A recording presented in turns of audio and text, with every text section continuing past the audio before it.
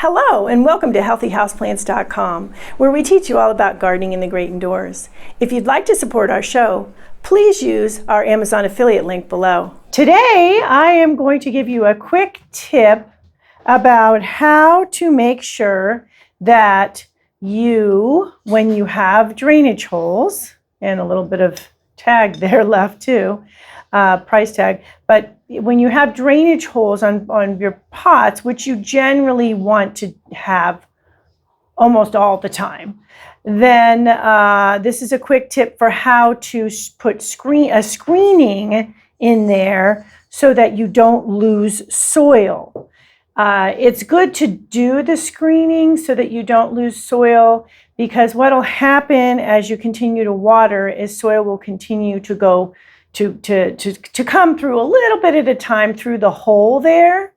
And when you do that, after a while, the soil is going to be very low, and you don't really want the soil to get very low in the pot, much more than about half of an inch max, because that sets your plant up for a good situation for various pests to come in and diseases such as root rot. And I do have a video on how you don't want things to be real low in there.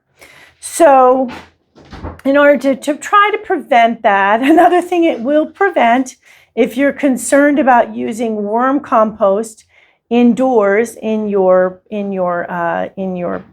potting soil as an amendment, which is a really good amendment. But say you do have a worm that does find its way into your soil, which can happen occasionally. I've only had it happen like once, but it can. This will also prevent putting the screening in from the worm from crawling out out. So that's another consideration. Okay, so screening. They do make regular screen. You can also cut up regular screens to use for screening. You want something that has little squares basically, or circles, so that will allow for drainage, for water drainage, but at the same time it will ensure that the soil stays put. Now what I like to use for today's quick tip is drywall tape. And how I came to use this was I had run out of screening. And also, when you do use screening, sometimes some screening has fiberglass in it, so when you're cutting it, you have to be careful, and you can get little pricks. And I was tired of getting pricked, and I was in cut and things. And I found this drywall tape sitting around from a home renovation project. And I thought, wow, this would make really, really, really nice screening. And it's plastic, so it lasts. Obviously, it lasts in your drywall, and it will make really nice screening. And I thought, well, it'd be nice to have a good use for it as well. So all you really have to do is cut some off with some good scissors.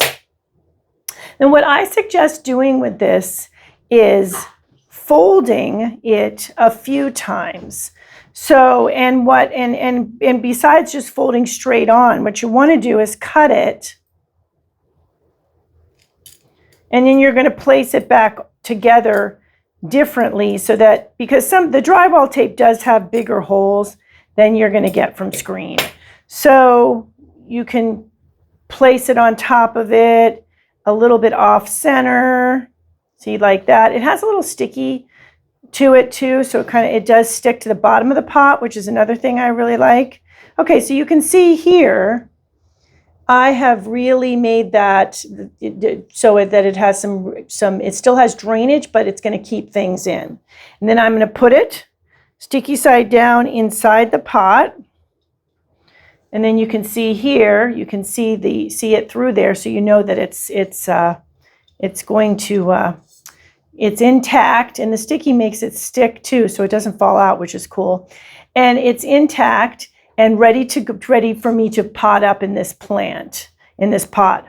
So one thing I would suggest doing after you've put the drywall tape, or the screen if you choose to use that, in, is to put a little bit of soil on right away, especially with screen, because it moves, and then lift it up and take a look and make sure as you can see here, that it's sticking, make sure that it's still where you placed it.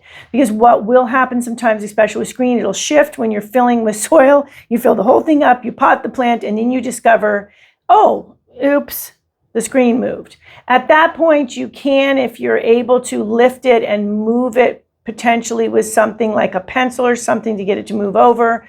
If not, you could repot if you want. That's always a bummer after you do all that work. So just make sure right at the beginning, before you've got the plant in there, it becomes more cumbersome, that your drywall tape or your screen is still in place like this one is. So that is a handy thing to do. The drywall tape lasts for a long, long time as well, and it's easy to store, which I also like. I used to have big pieces of screen I would roll up and things and fiddle around with until I started doing this. So that is it for today. Thank you for stopping by. Please remember to leave any comments about any indoor gardening tutorials you'd like to see. Remember to like, comment, subscribe, and share this video. And please check the bell if you'd like to be notified when new videos are released.